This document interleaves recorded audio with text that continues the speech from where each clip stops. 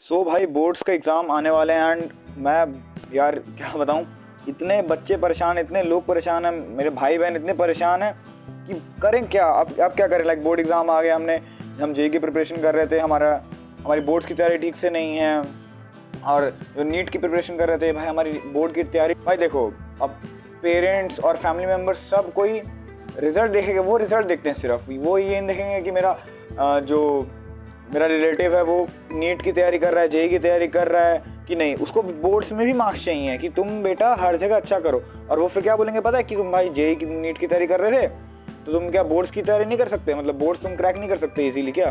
देखो ईजी होता है, बट वही है ना, आपने आज तक बोर्ड का पेपर दिया नहीं है, तुमको पता नहीं है कि भाई ईजी है क्या नहीं है। तो तुमको बैठ गया डर। सबसे पहले डर निकालो। देखो बोर्ड्स में 90% लाना बहुत ईजी है, सीबीएसई बोर्ड में तो काफ़ी हद तक आसान है भाई 90% के अबव लाना। तुम चाहो तो 95% भी स्कोर कर सकते हो अगर तुम ठीक से क्या पढ़ना है तुमको यही नहीं पता। पहली बात तो तुम ठीक से पढ़ाई करो। देखो सबसे की टू स्कोर पता है क्या है बोर्ड में? प्रेजेंटेशन। तुम्हारी प्रेजेंटेशन जितनी अच्छी रहेगी ना, मतलब एग्जामिनर भाई, वो एग्जामिनर बेचारा दिन रात मतलब सुबह से बैठा हुआ है कॉपी चेक करने और एक बच्चा ऐसे लिख के आ रहा है, ऐसे एकदम ऐसे लिख के आ रहा है, फिर भाई क्या करेगा एग्जामिनर? उसको गंदे मार्क्स से उसका दिमाग ही खराब होगा। और एकदम प्यार से तुम अच्छे से लिख के आ रहे हो, प्रेजेंट किया तुमने, हाँ कि मैं एग्जाम देने आया हूँ। तुमने एक पेज, जो बोर्ड का पेपर होता है वो हॉरिजॉन्टल होता है, उसके लेफ्ट में मार्जिन छोड़ रखी है तुमने, राइट में मार्जिन छोड़ रखी है।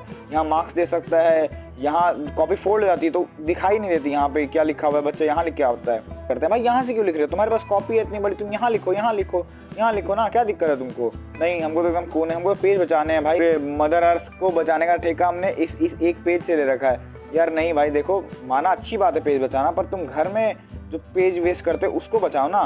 तुम बोर्ड में लिखो आराम से, यहाँ पे क्यों लिखना है तुमको? इजीली लिखो यार, तुम्हारा पेपर है, तुमने पैसा दिया है बोर्ड को लिखने के लिए, तो पेपर मांगो, शीट मांग लेना एक्स्ट्रा ना, क्या दिक्कत है? चलो बट ये हाँ, शीट मांगना एक्स्ट्रा थोड़ा प्रेफरेबल नहीं है, क्योंकि फिर उसके लिए तुमको कुछ सिग्नेचर करने पड़ेंगे, बहुत टाइम कंज्यूमिंग है, तो वो प्रेफर मत करना। बोर्ड में वैसे ही पेज काफ़ी रहते हैं यार, 10-20 बच जाते हैं।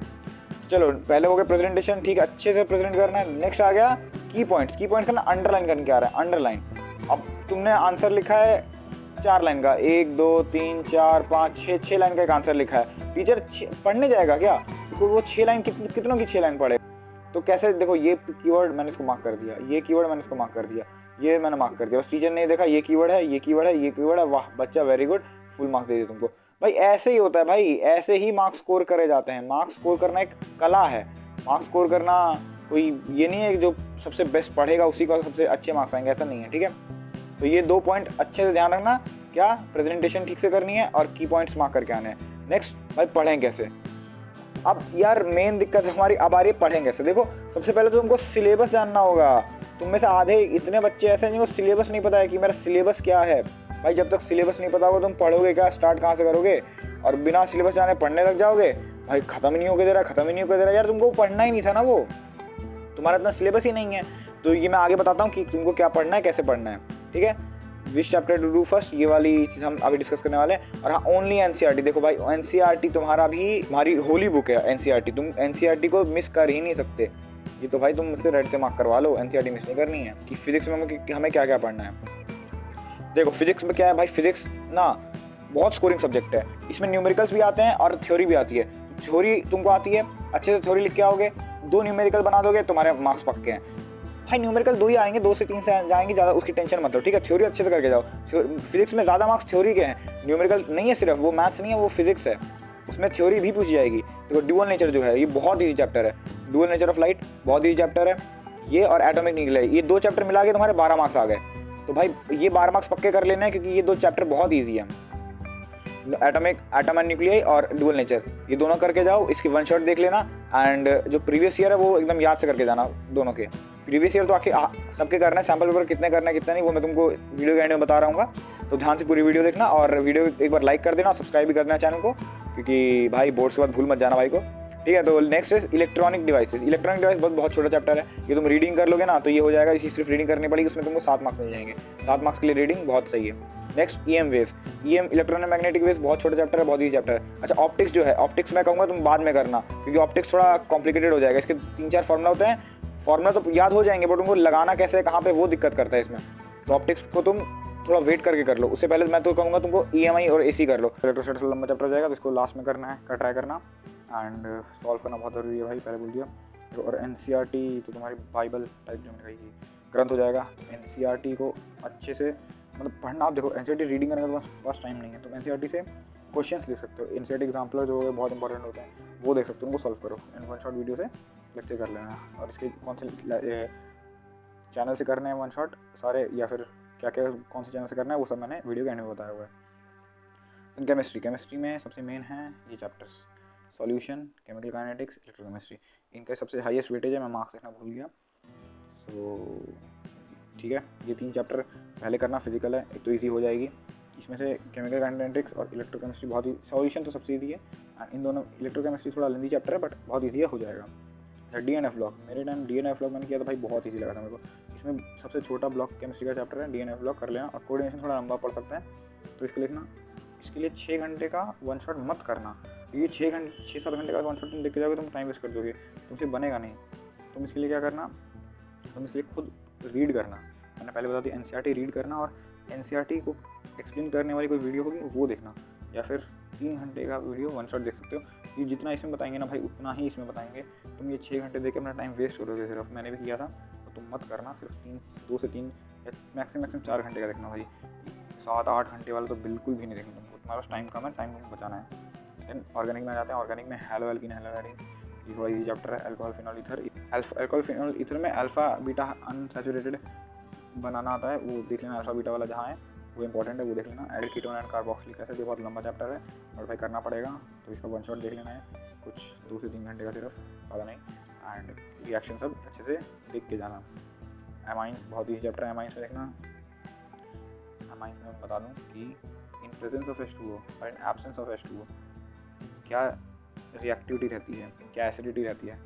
ये एक था इसमें, मतलब जिसमें कार्बन ज़्यादा होंगे, तो अगर कार्बन ज़्यादा होंगे तो 3 ऊपर वाला आंसर होगा, क्योंकि 3 पहले है ज़्यादा, और कार्बन कम होंगे तो ये दूसरे वाला आंसर होगा 2130। तो ये कॉन्सेप्ट देख के जाना। ये है एक कि एमाइंस में, amines in presence of water और in absence of water acidity बतानी रहती है, शायद एसिडिटी या कोई प्रॉपर्टी होती है वो बतानी रहती है, तो वो मैं लिख देता हूँ सर। 1331 चेंज हो गया बस। नेक्स्ट वन शॉट, इसका देखना भाई। वन शॉट मैंने तुमको कह दिया सिर्फ 3 से 4 घंटे का वन शॉट होना चाहिए, उससे ज़्यादा नहीं होना चाहिए, इतना ही होना चाहिए। NCERT रीड करनी है इसको, इसके लिए केमिस्ट्री के लिए, ठीक है। नेक्स्ट मैथ्स पे आ जाते हैं। मैथ्स भाई मेरा फेवरेट सब्जेक्ट है। और मैथ्स में किसी में दिक्कत हो, कोई चैप्टर समझ ना आ रहा हो, समझाना हो, या हो कि हाँ कोई पढ़ा दे, तो मैं कर सकता हूँ, बट उसके लिए मुझको टाइम देना पड़ेगा। बट भाई तुम्हारे पास टाइम कम है, सो लेट्स सी कैसा क्या होता है। तुम ही डिसाइड करो अब कि तुमको पढ़ना है कि नहीं मैथ्स मेरे से। तो मैथ्स में सबसे पहले रिलेशन एंड फंक्शन करना, क्योंकि अगर तुम ये नहीं कर पाओगे तुमको कैलकुलस में दिक्कत आएगी। और कैलकुलस की वेटेज सबसे ज़्यादा है। ये चैप्टर ये बहुत ये करके जाना है, लेकिन इसके लिए पहले तुमको रिलेशन एंड फंक्शन करना पड़ेगा ठीक से मतलब तुम सब सवाल कर पाओ उसके।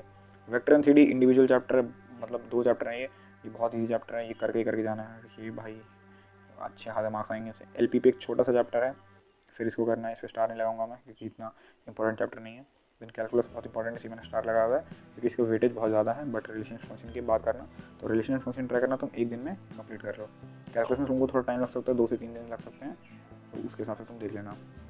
देन प्रोबेबिलिटी आ जाती है। प्रोबेबिलिटी बहुत 1 दिन का चैप्टर है, इसमें सिर्फ 3 से 4 कुछ फार्मूला आएंगे, थ्योरम, बेस थ्योरम आएगा शायद, तो वो कर लेना। 1 दिन का चैप्टर है, फार्मूला देख लेना, आंसर तुम्हारा बन जाएगा। देन अलजेब्रा कर लेना भाई, थोड़ा लेंदी है बट इसकी वेटेज कम है, इसलिए मैं इसको लास्ट में डाला है। इसके वन शॉट करना है तुमको, कहाँ से करना है बता दूंगा। NCERT के एग्जाम्पल करना है, एग्जाम्पल, ठीक है।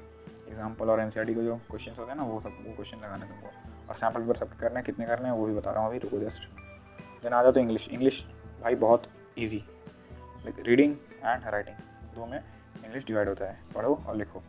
पढ़ने के लिए तुमको 10 सैम्पल पेपर कर लेने हैं, जैसे तुम्हारे क्वेश्चन आंसर बन जाएंगे, और प्रीवियस ईयर के और एनसीन पैसेजेस भी तुमको इस 10 सैम्पल क्वेश्चन पेपर मिल जाएंगे। अच्छे से सैम्पल पेपर करना, किसी के भी लोकल में उठा लेना, एक डेली करना है तुमको और पूरा सॉल्व करना है, ये नहीं आधा। राइटिंग लिए क्या करना, तो तुम भाई फॉर्मेट देख लो, राइट द फॉर्मेट, तुम एक फॉर्मेट लिख लो एक कॉपी में कि ये इसका फॉर्मेट है, ये इसका फॉर्मेट है, सी लेटर है, आर्टिकल है, नोटिस है, एंड शायद डायरी एंट्री भी है, बट ये आई डोंट थिंक इस साल आएगी कि नहीं, मैं श्योर नहीं हूँ। तो तुम देख लेना क्या क्या है, लेटर, आर्टिकल और नोटिस, इन 3 के फॉर्मेट लिख लो। ये लेटर का फॉर्मेट रहा, ये नोटिस का फॉर्मेट रहा, पहले नाम आता है पहले नोटिस का, देन समथिंग डेट वगैरह जैसे भी आती है लिख लो। और उनको अच्छे से देख के ये जो सैम्पल पेपर हों इनमें यूज़ करते जाओ, मतलब सॉल्व करते जाओ। तो लेटर तुमको 3 लेटर के लिख लेने हैं, 3 आर्टिकल के लिख लेने हैं और 4 नोटिस के लिखने हैं। तो तुम्हारे 10 कुछ हो जाएंगे, 10-11 सैम्पल पेपर। तो बस ऐसे करके तुमको करना है। और उसके स्पेलिंग्स भाई ध्यान से और ग्रामेटिकल एरर मत करने का ट्राई करना, ठीक है। इसकी वन शॉट कहाँ से लिखनी है बताता हूँ, और इसकी सैम्पल पेपर बहुत मैंडेटरी है। सो अब यहाँ से देखो, फिजिक्स तुमको कहाँ से करनी है, अपनी कक्षा से, काफ़ी सही जगह है। फिजिक्स और मैथ्स दोनों अपनी कक्षा से मैंने प्रेफर किया, बट तुमको मैथ्स का कोई और चैनल मिले तो देख लेना, तुमको जहाँ से अच्छा लगे। केमिस्ट्री में हाईली रिकमेंड करूँगा भारत पंचाल 2.0 करके चैनल है, बहुत अच्छा चैनल है। दैन इंग्लिश शिप्रा मिश्रा, इन्होंने शिप्रा मिश्रा मैम ने अच्छे से तुमको सारे फॉर्मेट बताए हुए हैं, सब बताया हुआ, ठीक है। ये क्रॉस नहीं है, ये टिक है, अब भी टिक। शिप्रा मिश्रा और भारत पंचाल और अपनी कक्षा से ये दोनों मैंने रिकमेंड किया है, बाकी तुम देख लेना तुमको जहाँ से मन करे। ऑसवाल के सैम्पल पेपर मैं रिकमेंड कर रहा हूँ भाई, कोई प्री प्रमोशन नहीं है, चैनल इतना बड़ा भी नहीं है अभी तो। फिजिक्स में 8 से 10 तुमको करने हैं न्यूमेरिकल के लिए सैम्पल पेपर की बात हो रही है, ठीक है। सैम्पल पेपर न्यूमेरिकल्स करने हैं, इसलिए मैं तुमको 8 से 10 करने का है। केमिस्ट्री में 5 से 6, क्योंकि इसमें रिपीटेटिव क्वेश्चन आता है, ठीक है। तो ज़्यादा नहीं करने सकते, करने का मन है तो कर लो, बट 5 से 6 सफिशिएंट होंगे। फिर मैथ्स में 8 से 10, क्योंकि इसमें भी न्यूमेरिकल वाला खेल है। इंग्लिश में तुमको 10 से 12 करना है, क्योंकि इंग्लिश मैंने तुमको रीडिंग करने नहीं बोली, मैंने तुमको सिर्फ चैनल का देखने, मतलब शिप्रा मिश्रा चैनल से देखने बोला है कि चैप्टर के बारे में तुमने देख लिया, देन और ये कुछ सैम्पल पर सॉल्व कर लिए एंड राइटिंग का फॉर्मेट लिख लिया, बस ये काम करना है तुमको। बोर्ड्स में तुम्हारे मार्क्स गारंटी है भाई। और इनमें से कोई भी देखो, अब इनमें से ये 4 चैनल बोले, इनमें से कोई भी होगी भाई मुझे सब्जेक्ट में ये समझ नहीं आ रहा, मुझे भाई मैथ्स में ये चैप्टर समझ नहीं आ रहा, मुझे मैथ्स का कैलकुलस समझ नहीं आ रहा। अब भाई इतने बड़े चैनल तुमको अलग से पढ़ाएंगे नहीं, तो उसके लिए अगर तुम चाहते हो तो मैं पढ़ा सकता हूँ यूट्यूब चैनल पर ही, ठीक है। तो तुम बस मुझे कमेंट डाउन कर दो कि भाई ये दिक्कत आ रही है, और कॉपी प्रेजेंट कैसे करनी है, लाइक बोर्ड में तुमको फाइनली कैसे लिख के आना है, क्या लिख के आना है क्या नहीं लिख के आना है, ये प्रेजेंटेशन में मैंने कही, ये इंपॉर्टेंट है, ध्यान रखना। और अगर इसमें भी कोई डाउट है तो भाई एक नई वीडियो बना दूंगा कि हाँ इसमें कि प्रेजेंटेशन कैसे करनी है। जो मैंने मार्जिन कही वो तो एक पॉइंट हो गया, छोटा था, बाकी क्या करना है तुम बस कमेंट कर दो और लाइक कर देना एंड सब्सक्राइब द चैनल।